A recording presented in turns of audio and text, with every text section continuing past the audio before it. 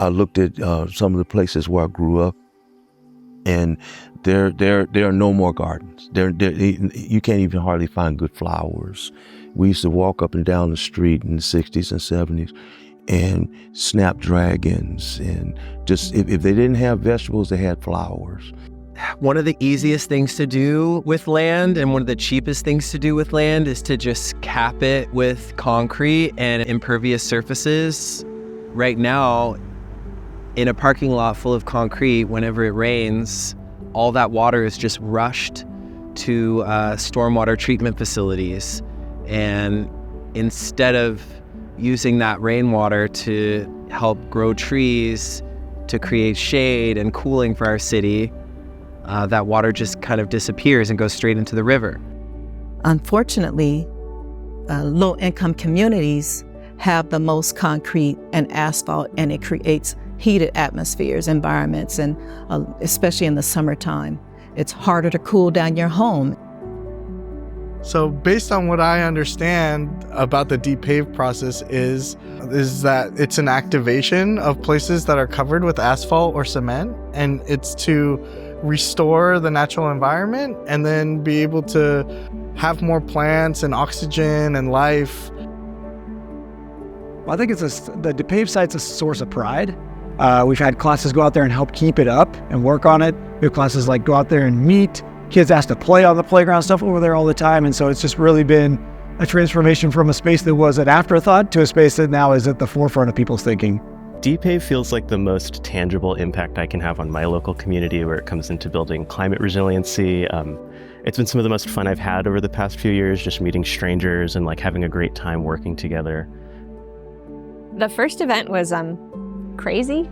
They did an awesome job putting together all the permitting that needed to happen, the dumpsters that came in rotation, the timing was almost perfect. People were really excited to break up concrete. Art Ho is a group of 2 people right now, and we focus on creating spaces for Black and Brown and Indigenous voices in Portland, whether that be through art showcases or just like any type of event. Essentially, we're just trying to create spaces for people that usually don't have opportunity to navigate the art world.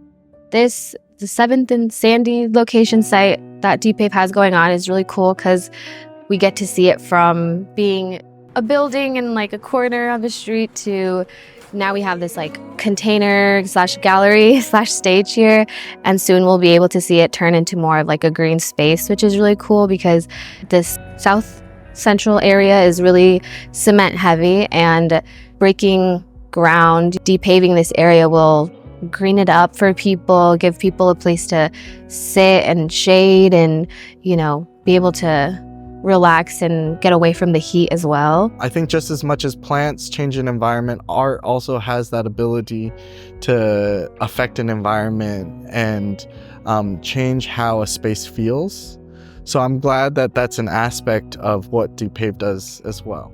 The way that Depave is able to have events that brings food and music and culture all together, it's changing the way that I think about approaching some of these other design problems throughout the city.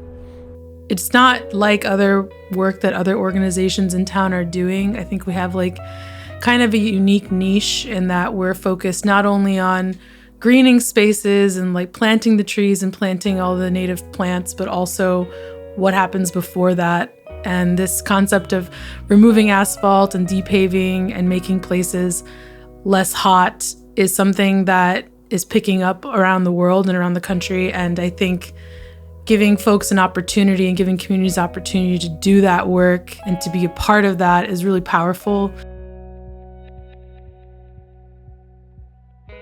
What gives me hope about Depave is seeing people who are perfect strangers come together and feel like they're making an impact together, coming into our spaces and feeling just a sense of joy.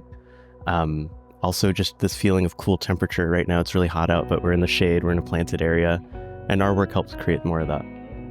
I think more and more people around the country and around the world are hearing about what we're doing, and they're getting interested, and they're reaching out to us and asking about how they can depave in their communities. Not only is benefiting the land, but it's also benefiting all the people that are putting in the green space, and that what they're learning and what they're achieving, they can bring back to their communities, and maybe with these kids here could become future depavers. Look around the communities that you live in, the towns that you're in, and notice all the space that is overpaved and underutilized. Take time to dream and rethink land. Together we can make this change happen. Nothing has to be the way it is. We can actually rethink our landscapes in our cities. And I encourage anyone to do that. And if you haven't heard about Depave before, let this be your starting point and join us in this movement.